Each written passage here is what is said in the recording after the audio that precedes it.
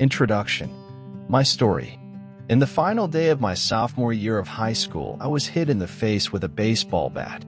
As my classmate took a full swing, the bat slipped out of his hands and came flying toward me before striking me directly between the eyes. I have no memory of the moment of impact. The bat smashed into my face with such force that it crushed my nose into a distorted U shape. The collision sent the soft tissue of my brain slamming into the inside of my skull. Immediately, a wave of swelling surged throughout my head. In a fraction of a second, I had a broken nose, multiple skull fractures, and 2 shattered eye sockets. When I opened my eyes, I saw people staring at me and running over to help. I looked down and noticed spots of red on my clothes. One of my classmates took the shirt off his back and handed it to me. I used it to plug the stream of blood rushing from my broken nose. Shocked and confused, I was unaware of how seriously I had been injured. My teacher looped his arm around my shoulder, and we began the long walk to the nurse's office, across the field, down the hill, and back. Into school. Random hands touched my sides, holding me upright. We took our time and walked slowly. Nobody realized that every minute mattered. When we arrived at the nurse's office, she asked me a series of questions. "What year is it?" 1998, I answered. It was actually 2002. Who was the President of the United States? Bill Clinton, I said. The correct answer was George W. Bush. What is your mom's name? I stalled. 10 seconds passed.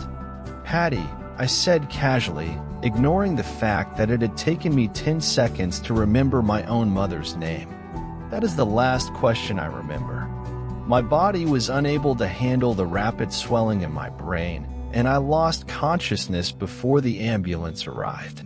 Minutes later, I was carried out of school and taken to the local hospital. Shortly after arriving, my body began shutting down. I struggled with basic functions like swallowing and breathing. I had my first seizure of the day. Then I stopped breathing entirely. As the doctors hurried to supply me with oxygen, they also decided the local hospital was unequipped to handle the situation and ordered a helicopter to fly me to a larger hospital in Cincinnati. I was rolled out of the emergency room doors and toward the helipad across the street. The stretcher rattled on a bumpy sidewalk as one nurse pushed me along while another pumped each breath into me by hand. My mother, who had arrived at the hospital a few moments before, climbed into the helicopter beside me.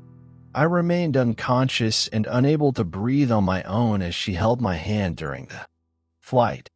While my mother rode with me in the helicopter, my father went home to check on my brother and sister and break the news to them. He choked back tears as he explained to my sister that he would miss her 8th grade graduation ceremony that night.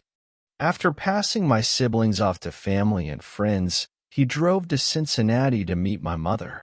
When my mom and I landed on the roof of the hospital, a team of nearly 20 doctors and nurses sprinted onto the helipad and wheeled me into the trauma unit.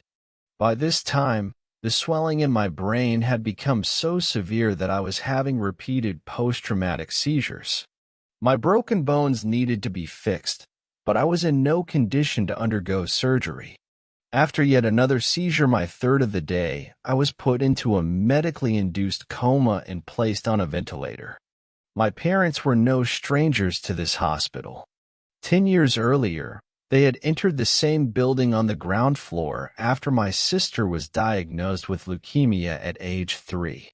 I was 5 at the time. My brother was just 6 months old. After 2.5 years of chemotherapy treatments, spinal taps, and bone marrow biopsies, my little sister finally walked out of the hospital happy, healthy, and cancer-free. And now, after 10 years of normal life, my parents found themselves back in the same place with a different child. While I slipped into a coma, the hospital sent a priest and a social worker to comfort my parents. It was the same priest who had met with them a decade earlier on the evening they found out my sister had Cancer. As day faded into night, a series of machines kept me alive. My parents slept restlessly on a hospital mattress. One moment they would collapse from fatigue, the next they would be wide awake with worry. My mother would tell me later it was one of the worst nights I have ever had. My recovery. Mercifully, by the next morning my breathing had rebounded to the point where the doctors felt comfortable releasing me from the coma. When I finally regained consciousness, I discovered that I had lost ability to smell. As a test, a nurse asked me to blow my nose and sniff an apple juice box. My sense of smell returned, but to everyone's surprise, the act of blowing my nose forced air through the fractures in my eye socket and pushed my left eye outward. My eyeball bulged out of the socket, held precariously in place by my eyelid and the optic nerve attaching my eye to my brain. The ophthalmologist said my eye would gradually slide back into place as the air seeped out, but it was hard to tell how long this would take. I was scheduled for surgery 1 week later, which would allow me some additional time to heal. I looked like I had been on the wrong end of a boxing match, but I was cleared to leave the hospital. I returned home with a broken nose, half a dozen facial fractures, and a bulging left eye. The following months were hard. It felt like everything in my life was on pause. I had double vision for weeks. I literally could not see straight. It took more than a month, but my eyeball did eventually return to its normal location. Between the seizures and my vision problems, it was 8 months before I could drive a car again. At physical therapy, I practiced basic motor patterns like walking in a straight line. I was determined not to let my injury get me down, but there were more than a few moments when I felt depressed and overwhelmed. I became painfully aware of how far I had to go when I returned to the baseball field 1 year later. Baseball had always been a major part of my life. My dad had played minor league baseball for the St. Louis Cardinals, and I had a dream of playing professionally, too. After months of anything was to get back on the field. But my return to baseball was not smooth. When the season rolled around, I was the only junior to be cut from the varsity baseball team. I was sent down to play with the sophomores on junior varsity. I had been playing since age 4, and for someone who had spent so much time and effort on the sport, getting cut was humiliating. I vividly remember the day it happened. I sat in my car and cried as I flipped through the radio, desperately searching for a song that would make me feel better. After a year of self-doubt, I managed to make the varsity team as a senior, but I rarely made it on the field. In total, I played 11 innings of high school varsity baseball, barely more than a single game. Despite my lackluster high school career, I still believed I could become a great player.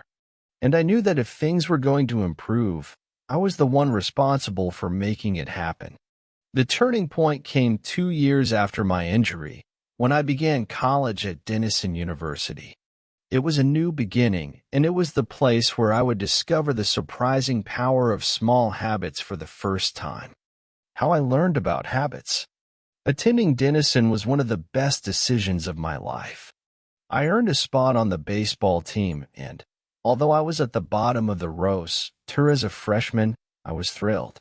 Despite the chaos of my high school years, I had managed to become a college athlete. I was not going to be starting on the baseball team anytime soon, so I focused on getting my life in order. While my peers stayed up late and played video games, I built good sleep habits and went to bed early each night. In the messy world of a college dorm, I made a point to keep my room neat and tidy. These improvements were minor, but they gave me a sense of control over my life. I started to feel confident again, and this growing belief in myself rippled into the classroom as I improved my study habits and managed to earn straight A's during my first year. A habit is a routine or behavior that is performed regularly and in small but consistent habits that ultimately led to results that were, in many cases, automatically. As each semester passed, I accumulated imaginable to me when I started. For example, for the first time in my life, I made it a habit to lift weights multiple times per week, and in the years that followed, my 6'4" frame bulked up from a featherweight 170 to a lean 200 pounds. When my sophomore season arrived, I earned a starting role on the pitching staff. By my junior year, I was voted team captain, and at the end of the season, I was selected for the all-conference team. But it was not until my senior season that my sleep habits, study habits, and strength training habits really began to pay off.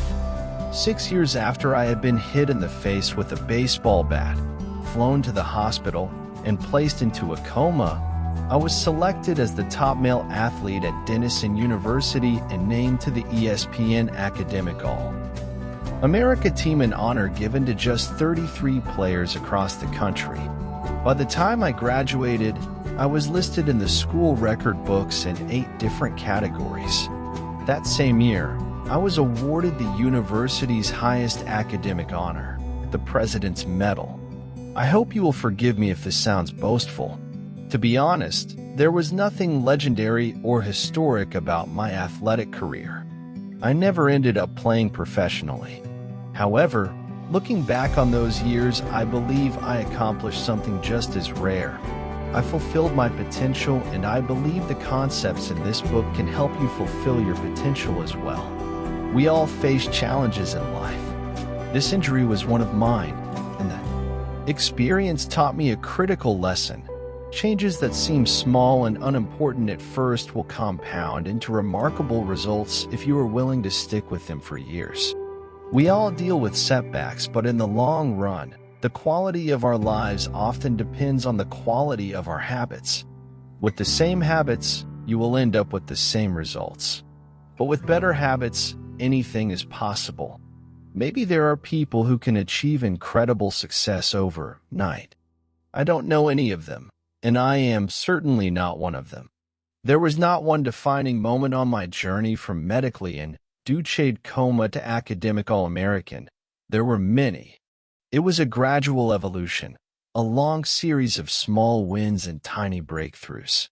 The only way I made progress, the only choice I had, was to start small. And I employed this same strategy a few years later when I started my own business and began working on this book. How and why I wrote this book. In November 2012, I began publishing articles at jamesclear.com.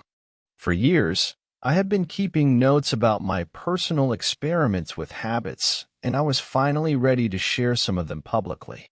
I began by publishing a new article every Monday and Thursday. Within a few months, this simple writing habit led to my first 1,000 email subscribers, and by the end of 2013, that number had grown to more than 30,000 people.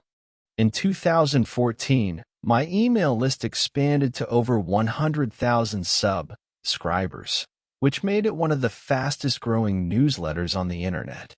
I had felt like an imposter when I began writing 2 years earlier, but now I was becoming known as an expert on habits, a new label that excited me but also felt uncomfortable. I had never considered myself a master of the topic, but rather someone who was experimenting alongside my readers. In 2015, I reached 200,000 email subscribers and signed a book deal with Penguin Random House to begin writing the book you are reading now. As my audience grew, so did my business opportunities. I was increasingly asked to speak at top companies about the science of habit formation, behavior change, and continuous improvement. I found myself delivering keynote speeches at conferences in the United States and Europe.